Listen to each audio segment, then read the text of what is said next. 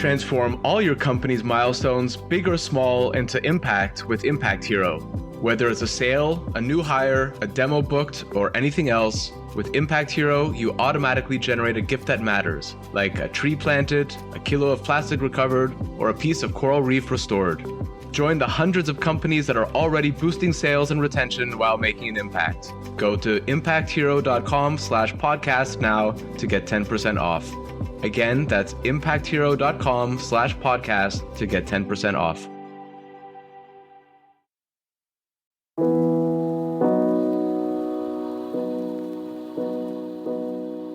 Welcome to another Climate Tech podcast, interviews with the people trying to save us from ourselves.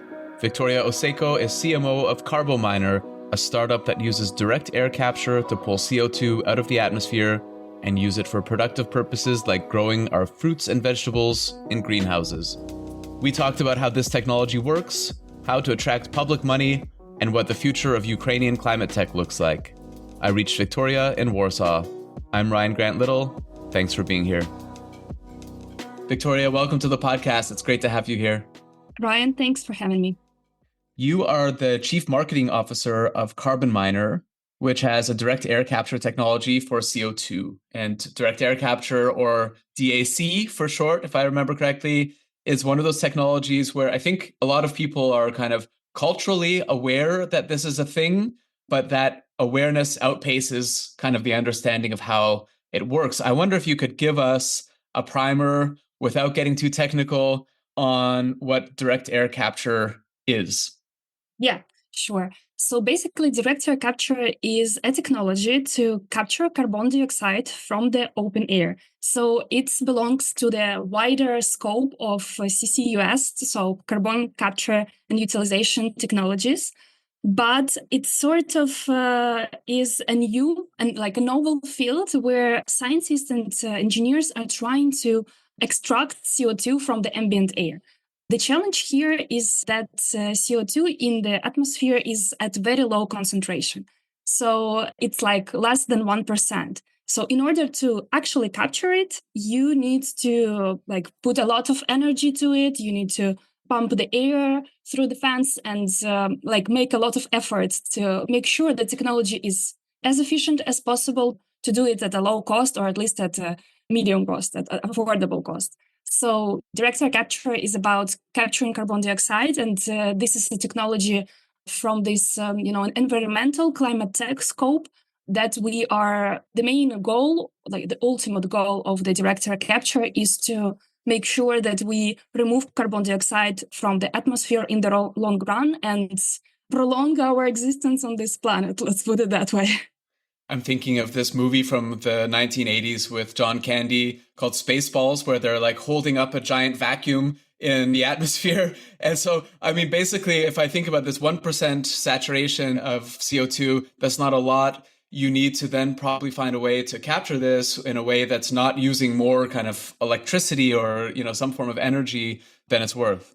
Yeah, and the challenge actually is that if you use, with many technologies, it is so that if you use non-renewable, but like fossil-based, like traditional electricity or like electricity mix, then your technology can actually emit more carbon than it captures. So it's sort of a huge challenge for the industry, and that is why we are sort of everyone are like under big pressure of making sure that technology will utilize mainly renewable sources.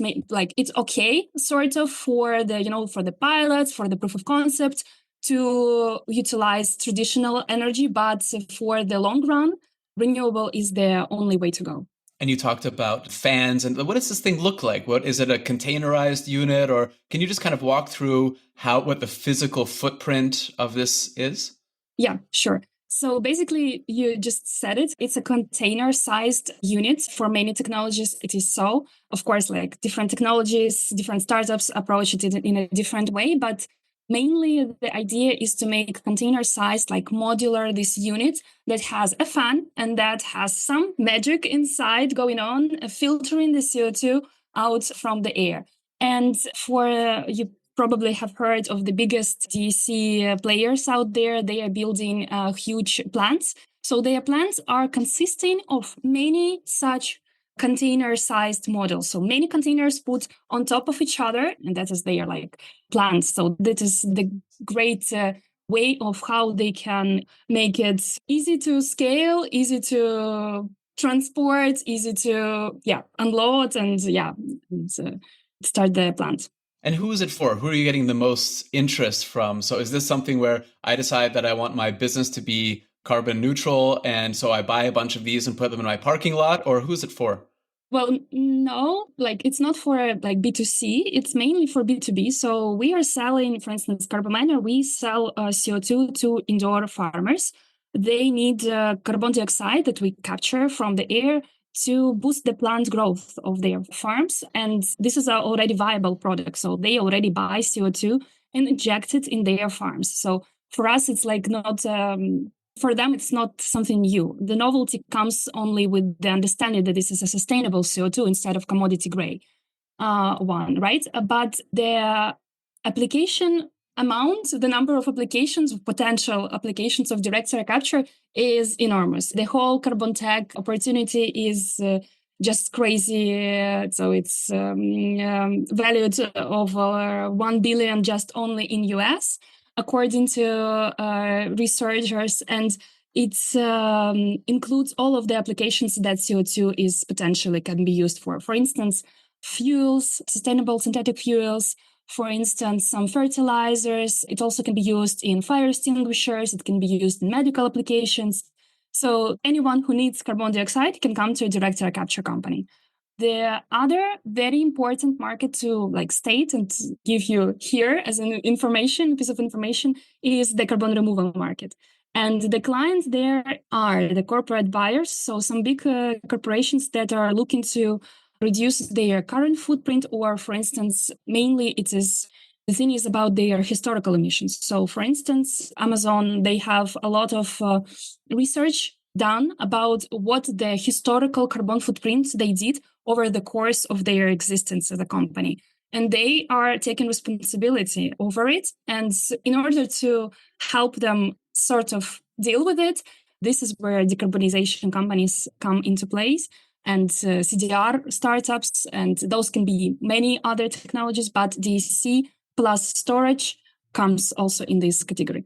Okay, interesting. So from a business model perspective, you're potentially making money on the capture itself from companies that have a footprint that they want to offset. And then you're also making money potentially with selling CO2 as a commodity to everything from, it sounds like, greenhouses through to fire extinguisher companies or whatever. You can store it and basically sell it as a commodity out there. Is that right? So you have these two revenue streams? Yeah. So basically, you either sell CO2 as a product, or you sell the removal of CO2 as not a product, but already a service, as a certificate that a company gains that verifies that it has paid for this CO2 removal. And so if I think of like the indoor agriculture market, if I think of greenhouses, they're getting bigger and bigger over the past number of years. They must be then huge users of CO2. Is that kind of the market entry point for you? Yeah, for us, definitely we have decided that at this point we see a lot of demand in the indoor agriculture market. We see that farmers are they need this CO2, and they will need it more and more increasingly in the coming years due to the carbon footprint regulations in European Union, for instance, on the combustion on site. So it's sort of, they will get a taxation if they stay the way they are. So the best way for them is to switch to sustainable CO2, or at least search for ways of how they can switch in the future, due to the fact that it can become just basically unfeasible for them. It does not apply to each and every country. It applies, it's more of a general trend, but if we can bring the same product, so CO2 is just the same, it's 99.8% pure CO2. So if for them there is no difference, so why not switch, to sustainable one? And this is the huge work that we as a company and industry needs to do, because for clients to sometimes understand the need to go to sustainable, sometimes it's a quick way to go, but sometimes it's a long road to go. It's so funny. I mean, it makes total sense that it's sustainable CO2. I've never heard this term before. And I'm just thinking in my mind, putting my marketing hat on, like Carbominer, your source for sustainable CO2 since 2020 or Sounds something good. like, yeah. But yeah, I mean, Sounds amazing. I love it. that's free. That's free. The last question I have kind of about the technology itself. So you mentioned that, there's some specific things about the technology that kind of differentiates you. And one of the terms I caught on your website is electrochemistry regeneration, which sounds to me like maybe the thing that Dr. Frankenstein pioneered. And I wonder if you could just talk a little bit, again, in very basic terms, what is electrochemistry regeneration? Yeah, sure. So let me give you a quick overview of Carbominer technology overall, because we sort of Carbominer DC technology combines several engineering innovations, and including electrochemistry is one of them.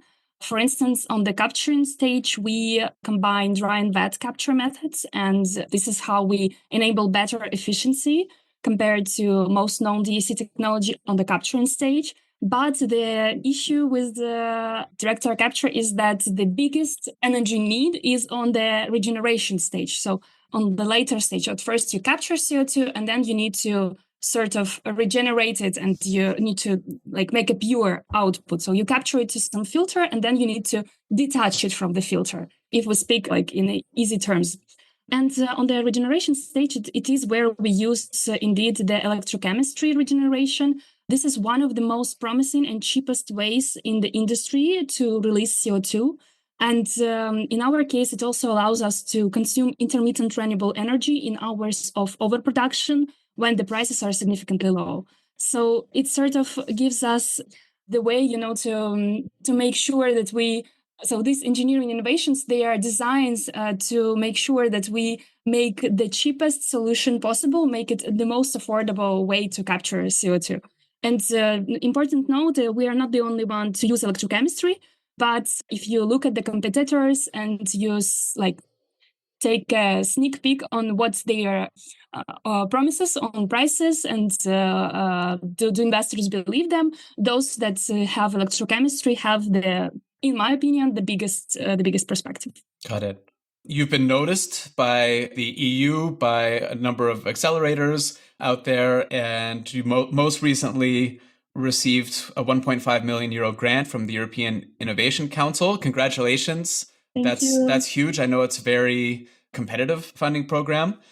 A lot of the listeners to this podcast are climate tech founders themselves, always in this continuous search for early non-dilutive funding like this. I wonder if you have some advice for them, since you've done this so well, about how to successfully look for and secure public funding. What improves the odds of success? Yeah, sure. So first of all, I wanted to, take a step back and to tell you about EC accelerator, traditional success rates. They are an average, from the short submission to the awarding stage is around 7%. So you cannot say it's this super competitive. It's it's indeed competitive, but the success rate is kind of okay. So there are good chances to get the funding. And among each year, I think around 3,000 startups and SMEs apply for funding from the EEC accelerator. So you sort of get the numbers, you see that there are some great chances. In our batch, we were one of the 47 companies that received this funding. So I would say the whole process is divided. There are first short application stage where you need to just, quickly submit your pitch deck, some main data, your idea for the project, maybe run the numbers quickly, and then outline it as a whole story and submit. And then there is a long application. So the second stage, which comes if you are validated and your idea and your story adds up and experts think that it might work. And then you need to outline the business process, the business plan for the project, for the whole project for a couple of years. And you need to say, okay, we will use this funding for that. We will use this amount of resources for that. We will hire this and that profiles. So it's sort of like a real business plan, a project Gantt chart, so a lot of work and a lot of effort. And then the third stage is the interview, where you need to give all the information about this business plan this project that you are aiming to receive funding for. And then there is the award stage. So basically, from our perspective, it was super hard. It took, I think, up to 8 months for the whole process. We engaged with the consultancy company to help us to shape the narrative, to understand. Just only to understand the process, you need already someone to assist you because it's quite complex. But I guess 7% is a great success rate. In our case, it was 7.25, so even a bit more. Okay, and would you recommend to founders to also use a consultant or someone to guide them through a process like that? Was that helpful? Yeah, sure, definitely. You can reach out to me. I can recommend already 3 great consultancy agencies. We worked only with one. So, okay, we worked with 2, but I won't recommend the first one because we didn't win back then.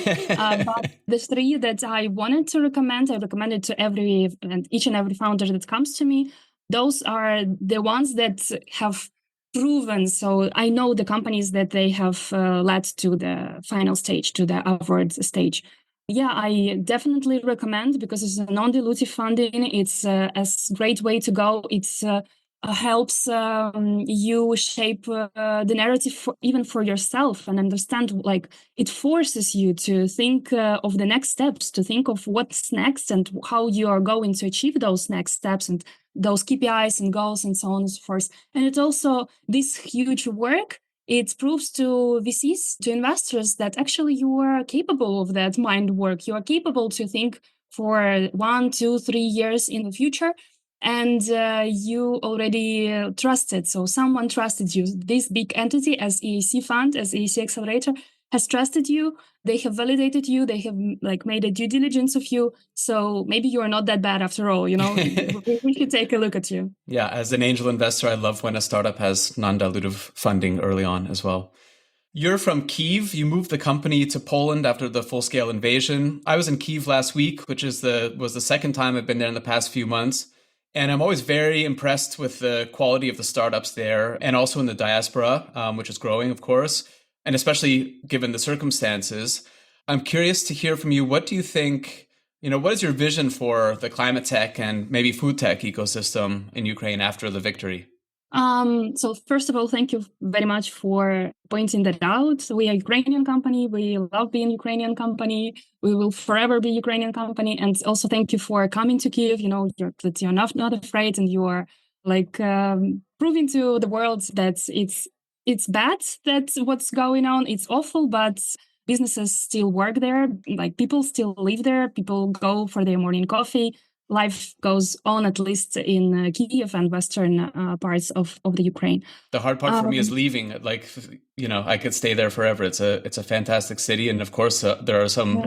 It's different now than it was a couple of years ago, and there are some things to get used to while you're there. But it's a fantastic city, and I mean it's basically where I'm going on vacation at the moment as well. So yeah, wow. I think maybe not a lot of people are doing that, but I can still highly recommend it. And great, I like, vegan food and restaurants and hipster cafes, and it's a world capital for those two things. Yeah, totally. Even though I moved already 2 years ago, soon it will be the anniversary, exactly 2 years. But it is, I'm still very heartbroken because Kyiv is my favorite city and I never ever wanted to live somewhere else, even though I was in a lot of places all around Europe, USA, and so on. So back to your question, climate tech in Ukraine, I think it's still in very early stages. It's like a sort of, you can make an analogy. It's like a child that's just, starting out, making its first steps, like a toddler, a 3-year-old, and you are sort of, 3-year-old, it's too late. I see it as a 3-year-old, but it's still learning, what is what and how the business works. I see a huge problem, and it's not only for climate tech, but generally for startup world in Ukraine. I believe that founders very often come from business background and from scientific background, but they lack a startup background. So as the industry is only starting out, I think we are 10 years, maybe 15, but we are just only learning to how does it work, and VCs are learning and startups are learning, and I think it slows things down sort of in a way. But for the climate tech, I see great perspectives. I know many climate tech startups. I'm super connected in this sphere. I enjoy speaking to NGOs in Ukraine, for instance, Green Incubator. They have done immense work to make sure that just ideas, just even not startups yet, but just ideas are grown into some sort of businesses that they are heard, that they have received some needed boost and validation to make sure that they outgrow to become something more. So, yeah. Well, please consider sending those startups my way as both an angel and as a podcast host. I'd be very happy to talk to them. What's the best place for people to find you online if they want to get in touch, especially if they want to hear about those 2 or 3 consultants that you recommend for finding the non-dilutive funding? Totally LinkedIn. I'm also on Facebook, but I know that European audience is not doing business on Facebook. But in Ukraine, it's a typical situation that founder can have a Facebook page and Facebook company page, but not have LinkedIn company page. So yeah, I am on Facebook, on LinkedIn. My Insta is just for friends and family. So the best way is on LinkedIn, but you can also reach out to company email, to website, our website, because I'm also on that side of all those incoming, and I can take the question there as well. I'll put all of those links in the show notes then. Viktoria, thank you so much. It's been a pleasure getting to know you. Thank you, Ryan. Likewise. Thanks for listening to another Climate Tech podcast. It would mean a lot if you would subscribe, rate, and share this podcast. Get in touch anytime with tips and guest recommendations at hello@climatetechpod.com. Find me, Ryan Grant Little, on LinkedIn. I'll be back with another episode next week. Bye for now.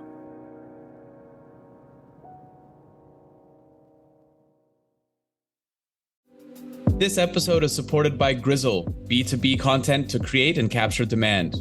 I first met Grizzle's founder, Tom Watley, 5 years ago at a conference in Dublin. I was so impressed that I signed a deal with him to do all my software company's content that same evening at the pub. Remember that, Tom? Kinda. And they're still doing it 2 years after we sold the company because the new owners love Grizzle as much as I do. If you sell B2B, book 30 minutes in Tom's calendar at grizzle.io/climate. That's GRIZZLE.io/climate.